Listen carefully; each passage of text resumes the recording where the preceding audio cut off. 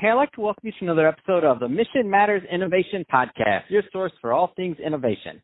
My name is Adam Torres. You can follow me on Instagram at AskAdamTorres. Keep up with my book releases, book tour schedule, signings, all that other good stuff. Always love to connect with you there.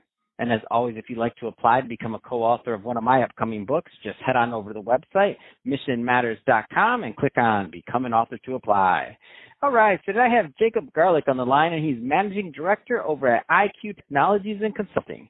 Jacob, welcome to the show. Hey, thanks, Adam, for having me. Delighted to be here. Oh, man, so hot topic today, state of M&A in SaaS. A lot of people from the SaaS industry listen to this podcast, so excited to get into this with you. But before we do, I do want to go a little bit further into what you're doing over at IQ Technologies and Consulting. Tell us a little bit more about the company, please. Yeah, sure. Thanks for reaching out today and having me on the show. So over at IQ, we are a management consulting firm focused primarily in M&A due diligence in the technology space. So private equity firms typically hire us to assess the marketing, sales, customer service, and product roadmap of technology companies they're looking at buying, as well as their competitors, to help evaluate where they rank in the marketplace and to help them architect a dramatically more competitive go-to-market strategy for the business that they buy. And that's why you're the perfect one to talk about this topic today. So state of M&A and SaaS. Where do you want to start with this one? This is a monster of a topic. Yeah, I mean, this is a new, weird world we live in today with the COVID situation taking place as we speak, and still calculating the input of what this means for technology industries as a whole.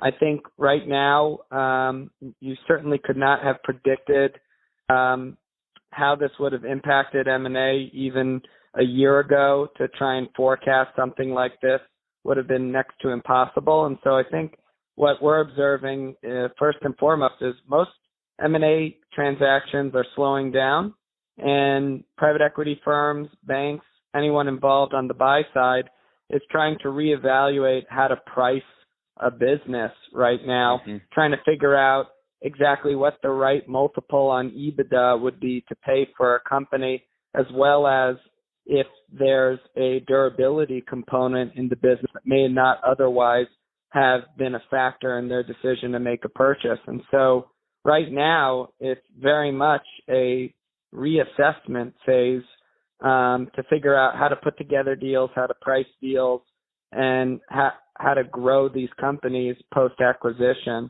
And so whereas before you operated in a world where credit was so free-flowing, maybe you only needed one debt provider to get the whole deal done, and now you may have to put together a syndicate of senior and sub-debt providers to get a deal done. And even then, they're tightening up their restrictions on the multiples they might feel comfortable levering up a business. Yeah, the pricing side alone, like to tackle that, I'm like, like, what do you do? Because you're like, you can have some of these businesses. It's gonna be tricky because they may have been doing pretty well, you know. And then you think about, like you said, the durability side. And it's like, how do you, like, who could have seen this happen? Like nobody saw it happen. You said next to impossible. No. I hope it was impossible. Bill Gates. Nobody. Yeah. Yeah, there you go. Saw it happening. He saw it. He saw it. Other than him, nobody saw it. So now I'm pricing it. Not asking you, by the way, to have your crystal ball or anything like that, obviously, because none of us have that. But where do you think are going to be some of the more interesting areas that, let's just say, loosen up sooner than later in terms of the SaaS market? Yeah, great question. I think anybody who's evaluating prospective companies to buy is sort of setting up their new formula or criteria for making a purchase.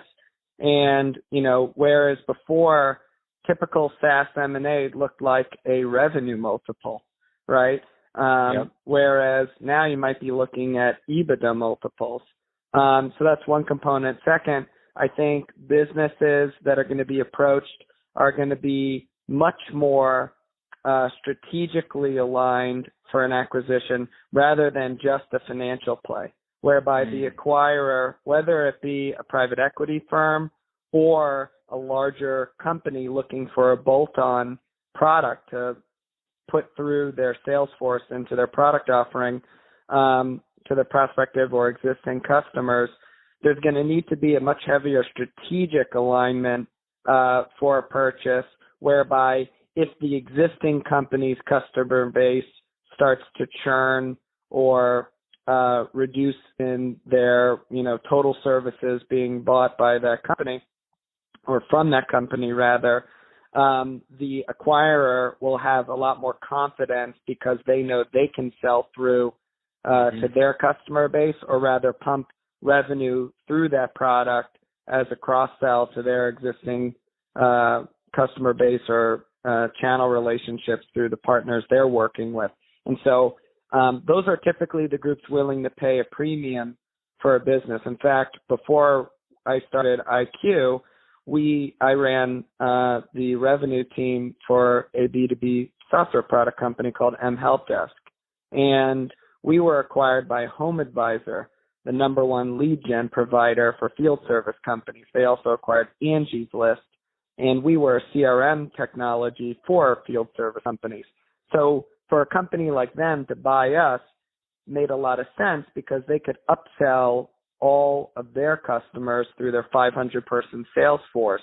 Whereas if a private equity firm was valuing us, they were valuing us only on our revenue and profit, right, and our growth rate. But a company, at the time we only had, maybe 20 people on our sales team. And so a company like HomeAdvisor can look at the business and say, what's this worth to us when our 500 salesperson team starts selling this product? And they're essentially buying on discount on that performance. So in a COVID-related world, right, or a post-pandemic world, I think strategic acquisitions are going to make a lot more sense where there's operating leverage, even in the sanitation business. If I'm a logistics-based business and I do trash pickup on a route and I'm making 10 stops on that route and my trucks are only at 50% capacity and there's 20 stops available on that route, I'm going to be looking at buying the other sanitation companies that service those routes, relieving them of those trucks, and putting my trucks to maximum capacity. So that's a strategic acquisition rather than potentially just a profit acquisition, if that makes sense. No, completely. And yeah, that's what I was thinking. I was like, they have to already have the market. They have to have a bolt-on product, something like that's the only way. And I think for those companies, especially the one where premium would be paid, that, and again, not saying anybody would want to, you know what I mean? Nobody's happy about what's going on. Obviously, people are losing their lives. But for some of those companies, that this might actually work in their favor, especially if some of these larger companies are looking for new ways to connect and to reach new markets, which is going to be depending on the market, of course, the product, all these other things, but what can be more challenging depending on how they position themselves up to this point. So no, I think you're spot on that. It's going to be really interesting to see how this all plays out. So Jacob, that being said, final question, two-part question. So number one, if somebody is listening to this and they want to learn more about working with IQ Technologies and consulting,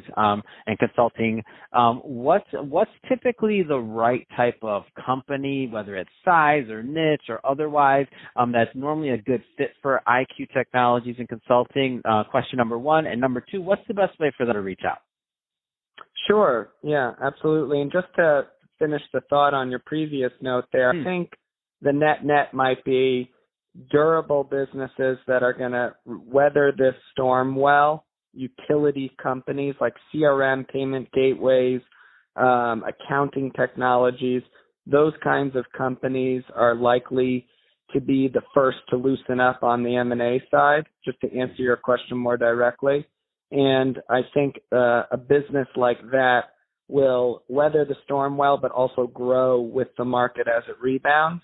You don't really want to look for an inverse relation to the pandemic or the economy because it'll be short-lived if they do well, like PPE suppliers, for example, a lot of pop-up PPE suppliers, serving a great need, helping out, but those guys are clear at the short-term opportunity. So looking for more durable opportunities. And that sort of plays in to answer your next question, which is who's the perfect client for us? we're working almost exclusively with private equity firms that are looking to make acquisitions, but also companies that are looking to make acquisitions. We're a due diligence partner. But on the flip side of that, we do on occasion work with a company that has gotten to a point where their growth has become a little bit stale, or it's doing fine, but they want to take a new approach to this market and want to figure out a go-to-market strategy that would make them a prime acquisition target. So a company getting ready to get purchased. If they wanted to reach out to me on LinkedIn, they can. Just at my personal LinkedIn, Jacob Garlick is fine. And we can help assess their business and or their competitors and figure out where they rank and how they can get into the number one spot.